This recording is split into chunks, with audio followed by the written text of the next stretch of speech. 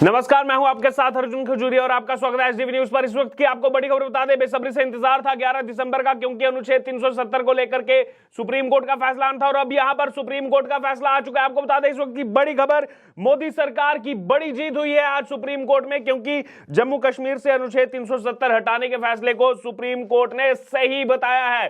तो यहां पर इससे पहले ही अगर बात की जाए तो कपिल सिब्बल, वरिष्ठ वकील और अपोजिशन के नेता, वो पहले ही अपनी हार को एक्सेप्ट कर चुके थे। सोशल मीडिया प्लेटफॉर्म एक्स पर उन्होंने पहले ही डाल दिया था और कहीं ना कहीं अगर बात की जाए तो यहां पर ये एक बड़ा फैसला आया। दरअसल अगर बात की जाए तो 5 अगस्त 2019 को जम्मू कश्मीर से अनुच्छेद 370 हटाना एक ऐतिहासिक फैसला। भारतीय जनता पार्टी की सरकार का जो लगातार पिछले कई सालों से इसको लेकर के, कई दशकों से इसको लेकर के संघर्ष कर रही थी बीजेपी और लगातार अपने मैनिफेस्टो में डालती थी कि हम 370 को हटा कर रहेंगे। हालांकि कांग्रेस जो है वो बार बार यहां पर बीजेपी से सवाल खड़े करती थी। 2014 में सरकार आने के बाद कहती थी कि आपने तो कहा था कि हम अनुच्छेद 370 हटाएंगे, तो हटाया क्यों नहीं। और अब जब 2019 में सरकार बनने के तुरंत बाद अनुच्छेद 370 हटाया गया, उसके बाद वो विलाप जो है वो कांग्रेस पार्टी का नजर आया। इसको लेकर के फिर सुप्रीम कोर्ट का दरवाजा खटखटाया गया। सुप्रीम कोर्ट की अगर बात की जाए तो यहां पर 16 दिन तक, हाल ही में अगस्त सितंबर महीने में 16 दिन तक जो है इस मामले को लेकर के सुनवाई चलती रही। तमाम दलीलें जो है वो यहां पर पेश की गई और उसके बाद फैसला जो है उसको सुरक्षित रख लिया गया था और सूचीबद्ध किया गया था आज यानी कि 11 दिसंबर के लिए। और अब यहां पर ऐतिहासिक फैसला सुना दिया गया है 5 जजों की बेंच की तरफ से, जिसमें खुद सीजेआई डीवाई चंद्रचूड़ जो है वो यहां पर शामिल थे। दरअसल अगर बात की जाए तो यहां पर यह कहा गया सुप्रीम कोर्ट की तरफ से कि अनुच्छेद 370 का प्रावधान उस समय युद्ध के बाद उपजे हुए हालात को लेकर किया गया था, ये अस्थायी है और इसे बदला जा सकता है। यानी कि ये टेम्पररी प्रोविजन था। बार बार जो केंद्र सरकार जिस चीज का हवाला देती थी वो अब क्योंकि कोर्ट में जाने के बाद भी हैंस प्रूव्ड हो चुका है, तो अब कहां पर जाएगी कांग्रेस पार्टी, पीडीपी, एनसी, अब कहां पर जाएंगे दल, ये देखना होगा। महबूबा मुफ्ती, फारूक अब्दुल्ला अब क्या कहेंगे, अब इसको लेकर के उनकी तरफ से क्या जो है वो प्रतिक्रिया आने वाली है। उसके अलावा अगर बात की है तो ये कहा गया कि इसे निरस्त करने के लिए केंद्र सरकार ने प्रक्रिया के तहत निर्णय लिया, यानी कि जो प्रोसीजर है उस प्रोसीजर को फॉलो किया गया केंद्र सरकार की तरफ से। तो यहां पर कोर्ट ने भी इस चीज को प्रूव कर दिया है। वहीं आगे कहा गया कि जम्मू कश्मीर भारत का अभिन्न अंग है। भाई ये भारत के संविधान के अनुच्छेद 1 और 370 से स्पष्ट है। भारत में विलय के बाद जम्मू कश्मीर संप्रभु राज्य नहीं रहा। जम्मू कश्मीर में अब उसकी संविधान सभा नहीं है। वहीं अगर बात की chief justice of India DY Chandrachud ने माना कि राज्य में युद्ध के कारण अनुच्छेद 370 एक अंतरिम व्यवस्था के तौर पर लागू किया गया था। सीजेआई ने माना कि एक अस्थायी प्रावधान था, टेम्पररी प्रोविजन था। और उसके अलावा अगर बात की जाए तो ये 5 जजों की बेंच ने मान लिया कि जम्मू कश्मीर भारत का अभिन्न अंग है। वहीं चीफ जस्टिस ने केंद्र सरकार को जल्द जो है चुनाव करवाने का सुझाव भी दिया है। जो विधानसभा चुनाव वहां पर पेंडिंग है, क्योंकि अभी जो है पुनर्गठन जम्मू कश्मीर में चल रहा है, उसको लेकर के तमाम बिल जो है वो हर अगर बात की जाए यहाँ पर जो भी सत्र चलता है पार्लियामेंट का, उसमें हम देखते हैं। वहीं कोर्ट ने कहा कि ज्यादा देर तक होल्ड पर चुनाव को नहीं रखा जा सकता, यानी कि चुनाव जल्दी करवाने की बात कही है, तो हो सकता है आने वाले यहां पर जो पार्लियामेंट्री इलेक्शंस है उसके साथ भी चुनाव देखने को मिल सकते हैं। वहीं कोर्ट ने कहा कि संविधान सभा के भंग किए जाने के बाद भी राष्ट्रपति का अधिकार कायम है और मामले में राष्ट्रपति का आदेश जारी करना बिल्कुल सही है। मसलन कोर्ट ने माना कि संविधान सभा की सिफारिश राष्ट्रपति के लिए बाध्यकारी नहीं थी। सीजीआई ने कहा कि 370 को हटाने का फैसला जम्मू कश्मीर के एकीकरण के लिए है। सीजीआई ने माना कि धारा 370 को हटाने के लिए, अनुच्छेद 370 को हटाने के लिए वैध प्रक्रिया अपनाई गई थी।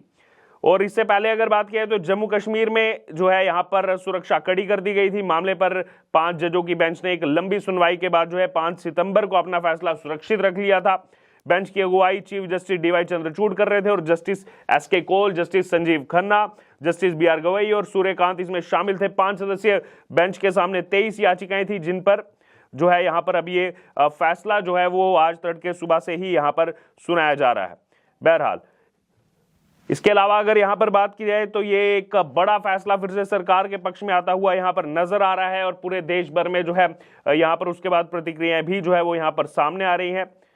इसके अलावा अगर यहां पर बात की जाए तो जैसा कि मैंने आपको बताया कि कपिल सिब्बल जो है यहाँ पर वरिष्ठ वकील हैं, बड़े नेता हैं, उन्होंने इससे पहले ही जो है यहाँ पर हार मान ली थी। और क्या कहा था उन्होंने, लिखा था कि कुछ लड़ाइयां हारने के लिए लड़ी जाती हैं, इतिहास को आने वाली पीढ़ियों के लिए असुविधाजनक तथ्यों को दर्ज करना चाहिए, संस्थागत कार्यों के सही और गलत पर आने वाले वर्षों में फैसला होगा, बहस होगी, इतिहास ही ऐतिहासिक निर्णयों के नैतिक दिशा निर्देश का अंतिम मध्यस्थ है। तो ये पहले ही हार मान चुके थे कपिल सिब्बल।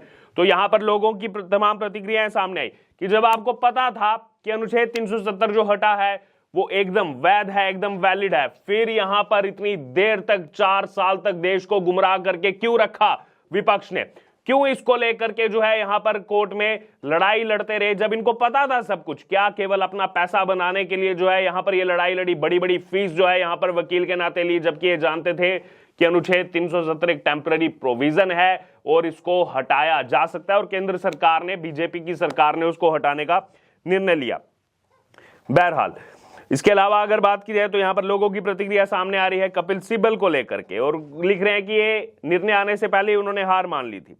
और उसके अलावा अगर बात की तो यहां पर कपिल सिब्बल और भी ज्यादा चर्चाओं में है, क्योंकि हाल में अब उन्होंने असम को लेकर के जो है विवादित बयान दिया, जिसको लेकर के असम के मुख्यमंत्री हिमंत बिस्वा शर्मा ने भी पलटवार किया कपिल सिब्बल। तो कपिल सिब्बल जो पहले जान चुके थे कि अब 370 पर तो हार हो चुकी है, तो अब असम को लेकर के एक नया राग जो है यहां पर छेड़ देता हूं।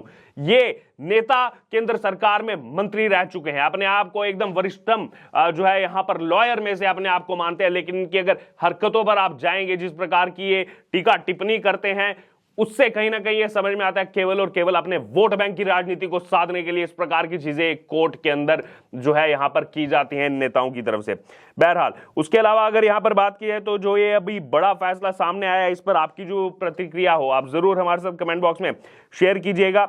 लेकिन इसके अलावा अगर यहां पर बात की जाए तो यहां पर यह भी कहा गया कि दिसंबर 2018 में जम्मू कश्मीर में लगाए गए राष्ट्रपति शासन की वैधता पर फैसला देने से उन्होंने जो है यहां पर इंकार किया है, क्योंकि इसे याचिकाकर्ताओं द्वारा विशेष रूप से चुनौती नहीं दी गई थी। सीजेआई ने कहा कि उद्घोषणा के तहत राज्य की ओर से केंद्र द्वारा लिया गया हर निर्णय कानूनी चुनौती के अधीन नहीं हो सकता, और यही तो कर रही है आजकल कांग्रेस पार्टी। कुछ भी निर्णय आता है हर चीज लेकर के कोर्ट में चले जाते हैं। बहरहाल इसके अलावा उन्होंने कहा कि इससे जो है यहां पर अराजकता फैल सकती है। चंद्रचूड़ ने कहा कि जब राष्ट्रपति शासन लागू होता है तो राज्यों में संघ की शक्तियों पर सीमाएं होती हैं। बहरहाल तो अब यहां पर यह बड़ा फैसला सामने आना, क्योंकि शीर्ष अदालत ने सुनवाई के दौरान अनुच्छेद 370 को निरस्त करने का बचाव करने वालों और केंद्र की तरफ से पेश हुए यहां पर attorney general R Venkataramani, solicitor general Tushar Mehta, वरिष्ठ अधिवक्ताओं हरीश साल्वे, राकेश द्विवेदी, वी गिरी और अन्य की दलीलों को भी यहां पर सुना था। याचिकाकर्ताओं की ओर से कपिल सिब्बल थे, राजीव धवन थे, जफर शाह थे, गोपाल सुब्रमण्यम, दुष्यंत दवे और अन्य वरिष्ठ अधिवक्ताओं ने इस मामले को लेकर के जो है यहां पर बहस की थी। तो यहां पर 2024 चुनाव से पहले विपक्ष को एक बड़ा झटका अनुच्छेद 370 के रूप में, जो बार बार कांग्रेस ने यहां पर कहा कि हम जो है अनुच्छेद 370 को फिर से लाएंगे, बार बार पीडीपी एनसी इस बात की कवायद करती रहती है जम्मू कश्मीर में फारूक अब्दुल्ला और महबूबा मुफ्ती की, हम 370 को लाएंगे।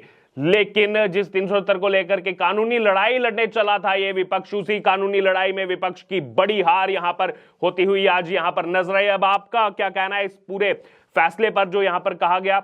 सुप्रीम कोर्ट की तरफ से यहां पर जो दलीलें दी गई, और विपक्ष अब आगे इसको लेकर के क्या रणनीति अपनाने वाला है? क्या विपक्ष इससे अपनी हार एक्सेप्ट करने वाला है या फिर से कोई और राग जो है यहां पर अलापने वाला है? क्योंकि बहुत ज्यादा संभावनाएं हैं इस बात की कि अब विपक्ष की ओर से यह मैसेज आना शुरू हो जाएगा कि देखिए कोर्ट तो उन्हीं का है, कोर्ट ने राम मंदिर पर भी फैसला सुनाया था। लेकिन ये वही विपक्ष है जब राहुल गांधी को यहां पर उनकी जो सस्पेंशन होती है लोकसभा से, तब जो है बाद में जाकर के उसको जब होल्ड करता है कोर्ट, तब कहते हैं कि देखिए हमारी जो है कानूनी यहां पर जीत हुई है।